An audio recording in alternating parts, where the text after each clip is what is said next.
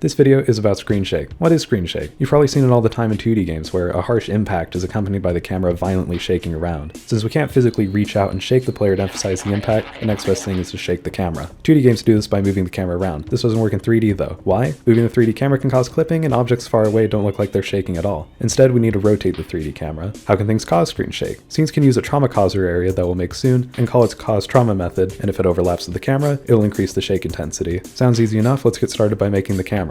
Make a new scene with area as the root node. Add a collision shape. I recommend using a sphere shape and giving it a moderate radius. Here I use a value of 1.5. If any of our trauma causers overlap with this area, they'll shake the camera, so make it big enough to encompass your character controller. Add a camera node. Now rename the root node to shakeable camera, save the scene, then add a script to it and save it as shakeablecamera.gd. In the script, add an onReady variable called camera and set it equal to our camera node like so. Create another onReady variable called initial rotation, setting it equal to the camera's rotation degrees variable. This will let us rotate the camera around in the editor and return to that rotation when our screen shake is over. Now it's time for math. Most of the math here is adapted from an excellent GDC talk called Juicing Your Cameras with Math, which I'll link in the description. We're going to have a trauma variable with a value between 0 and 1. This will determine the intensity of our screen shake. It'll decrease over time by some amount so the screen shake doesn't last forever. Add a trauma variable and set it to 0. Then add an export variable called trauma reduction rate. I set it to 1.0 by default, but you can change it in the editor. Our screen shake intensity will decrease by this amount every second. Create the process function. Set trauma equal to max trauma minus delta times trauma reduction rate 0.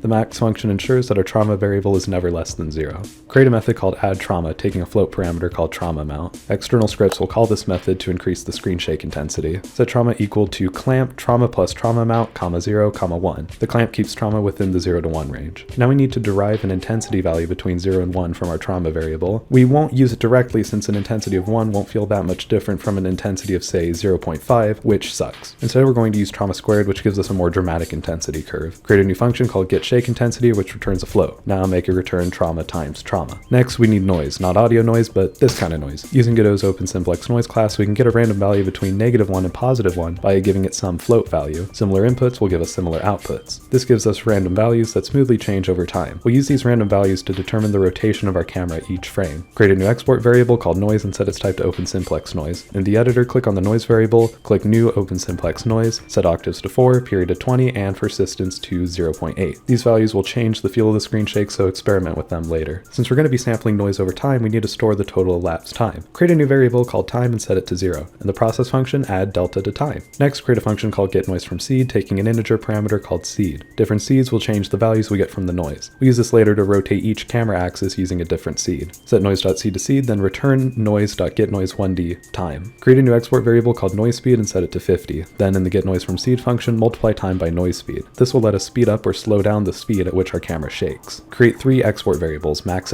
maxy, and maxz. Set them to default values of 10, 10, and 5 respectively. These determine the maximum angle and degrees our camera can rotate on each respective axis when shaking. Lower values are generally better. In the process function, write camera.rotationDegrees.x equals initialRotation.x plus maxx times getShakeIntensity times getNoiseFromSeed 0. This will take our initial local rotation that we saved for the camera, then add to it a value between -maxx and +maxx as determined by our noise function at the current time. It then gets scaled by our current shake intensity. If trauma is 0, the screen will simply not shake. Duplicate this line 2 more times. In the second line, replace every x with y, and in the third line, replace every x with z. Also in the second line, change the number in getNoiseFromSeed to 1, and likewise for the third line, change the number to 2. That's it for the camera. Simply replace your current 3D camera with this new shakeable camera scene. Now we need to make our trauma causers. Create a new scene with area as the base. Rename it to trauma causer, then add a script to it called traumacauser.gd. Don't add a collision shape. Every instance of this area will need to manually set one so they can have bigger or smaller areas as needed. In the script, create an export variable called trauma amount and set it to 0.1 by default. Then add a new function called causeTrauma. In this method, create a new variable called trauma areas and set it equal to getOverlappingAreas. This is a list of all the areas our current trauma causer overlaps with. Then write a for loop that iterates over every area in trauma areas. If the area has the addTrauma method, call it and pass trauma amount as the input. This is where the addTrauma method we wrote for our shakeable camera gets called. Now instance this scene wherever you plan on using screen shake, and to activate the screen shake, just change the trauma amount, then call the causeTrauma method. I use it here in my pistol scene, and I call the causeTrauma method when I fire the gun. I keep the screen shake pretty subtle for the gunfire. I also use it in my enemy scene. This time though I don't directly call the causeTrauma method. Instead I connect it to the enemy's died signal. This trauma causer has a high trauma amount, so the camera violently shakes when killing an enemy.